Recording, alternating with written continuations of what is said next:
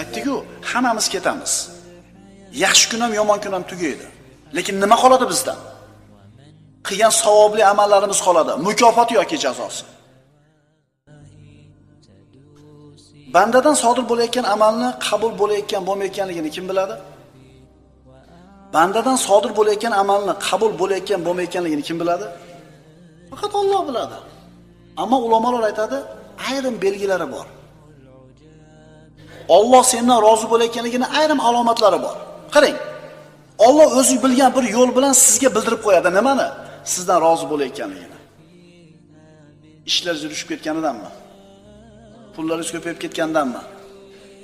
Zuvolingiz katta olganidanmi? Xudo yoqqan joyimiz bor, zuvolamiz katta olgan ekan. Agar Alloh azza va jalla o'zi bilgan bir yo'l bilan sendan rozi ekanligini senga his qildirib qo'ysa, qayerdan bilasizda ham his qildirar ekan. Masalan, yaxshi tush ko'rdingiz. Payg'ambarimiz shu yuzga kirdida sizni yaxshi odam ekanligingizni aytdi. Bu yaxshilik alomati bu. Bir sahoba kirdi, sizni qilayotgan ishlaringizdan xursand bo'lganligini ko'rdingiz.